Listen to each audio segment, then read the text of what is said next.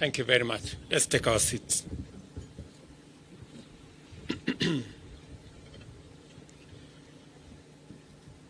Your Excellency, Right Reverend Monsignor Hubertus Van Megen, the Pope's representative to Kenya, Your Eminence John Cardinal Njue, Your Graces, my Lord Bishops, members of the clergy, religious brothers and sisters, dear Kenyans, good afternoon. Hamjambo. Tumsifu Yesu Kristo. Bwana Yesu asifiwe. It is a great honor to be with you today as we gather to take part in a momentous event which underscores the profound role of faith, faith-based leadership, and faith-based organizations in fostering ethics and integrity in national service.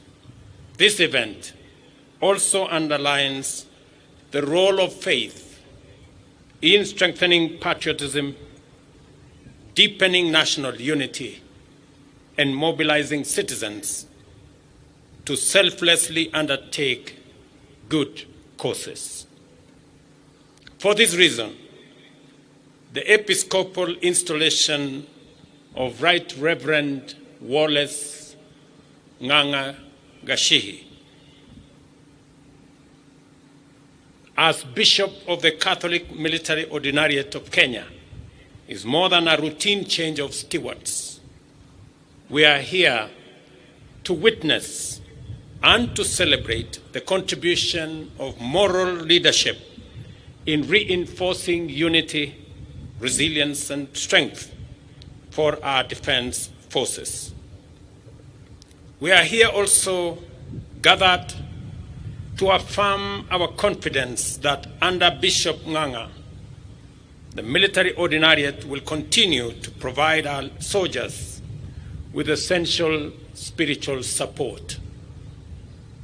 Recognizing the high trust vested on the Kenya Defense Forces to defend the sovereignty and territorial integrity of our nation, and to the significant physical, moral, and personal challenges faced by our men and women in uniform in fulfilling their mission, we cannot deny or underestimate faith as a critical source of strength, pillar of motivation, and a basis for enduring resilience.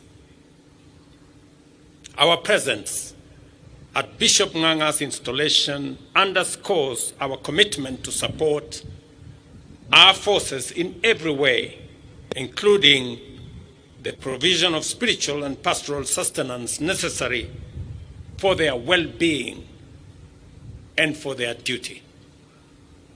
In Kenya, we acknowledge the supremacy of the Almighty God of all creation, and therefore the recognition that protection of the freedom of worship is a fundamental constitutional guarantee. Like other fundamental rights and freedoms, it is freely available to all, including those who serve in our defense forces. Every soldier's right to practice their faith can only enable the KDF to maintain greater levels of discipline, not only because of faith, and not only because faith is an effective organizing principle, but also because we worship and serve God, who brings victory, abundance, and success to our nation. To ensure that our defense forces remain strong in every way, including physically and morally, faith-based support structures like the military ordinariate are critical in nurturing the values and organizational ethos that guide our men and women in uniform. They allow our men and women to be brave, to serve the nation, and with distinction to undertake their responsibilities while staying true to their beliefs. We live in a highly dynamic world where faith and moral values are under constant challenge, from skepticism, moral relativism, religious extremism, and even terrorism.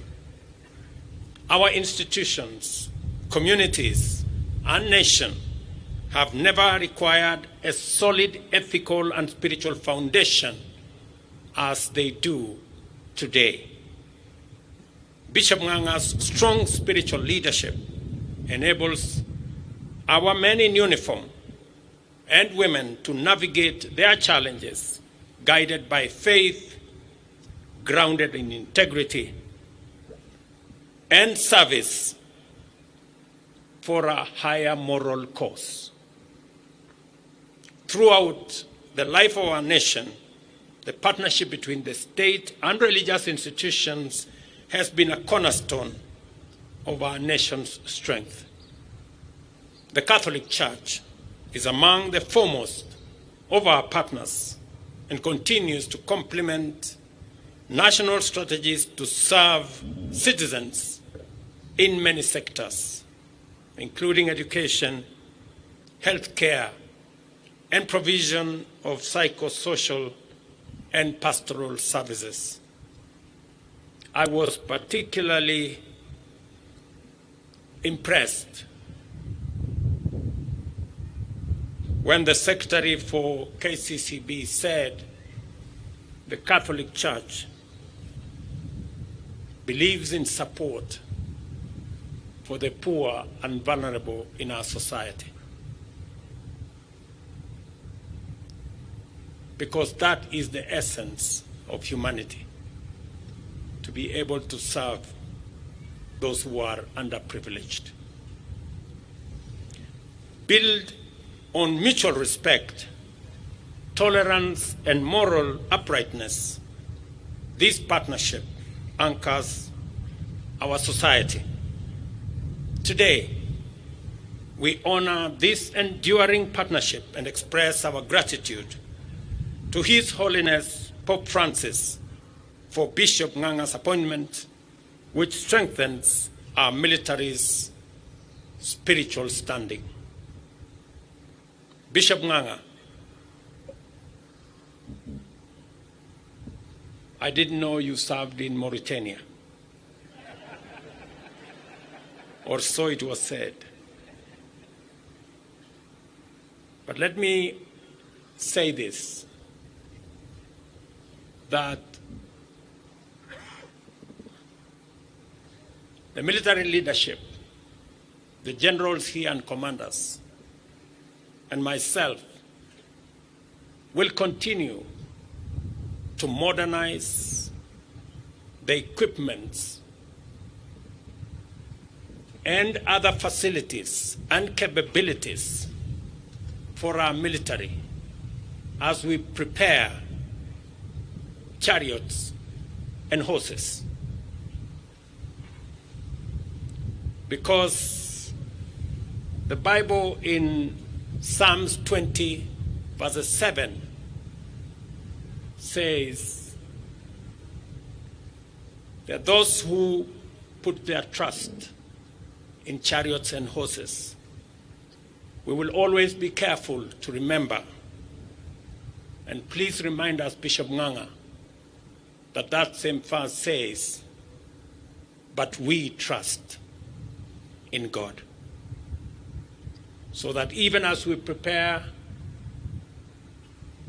the capabilities, the chariots and horses, we be reminded that victory comes from God. Let me also say to the military commanders, officers, and servicemen, that it is my prayer that as you undertake the responsibilities of protecting our nation as you serve humanity in Kenya and elsewhere around this world.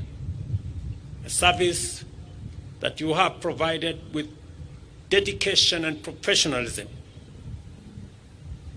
that the words of Matthew 5:9 shall be your portion, that the sacrifices that you make to protect our nation, to keep the peace, the words of Matthew 5:9 that say, "Blessed are the peacemakers, for they will be called the children of God."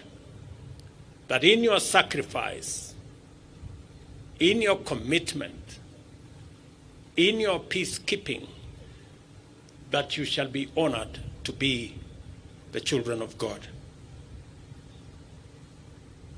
Bishop Nganga, receive my warmest congratulations and the best wishes of the government and the people of Kenya as you take over this responsibility to look after the spiritual health of our military ordinariate. Your leadership will be vital in guiding those who defend our nation, and I'm confident that under your guidance, the military ordinariate will remain a source of strength for not just our brave men and women in uniform, but their families and to all who work with them. Even in this moment of celebration, let us take a moment to remember the many heroic men and women whose selflessness, courage, and moral strength inspired them to dedicate their lives and work to the service of our motherland, and especially those who made the ultimate sacrifice in line of duty. Let us honor their memory and gratefully acknowledge their contribution. May their example serve to inspire us to do more and better in the service of our country. May they rest in eternal peace, and may their families find comfort in our respectful recognition of their noble sacrifice and honorable service. May the Almighty God bless our new bishop as he takes over the ordinariate, and may God bless the Kenya Defense Forces and our great Republic of Kenya, a country we so dearly love. Thank you very much. Basi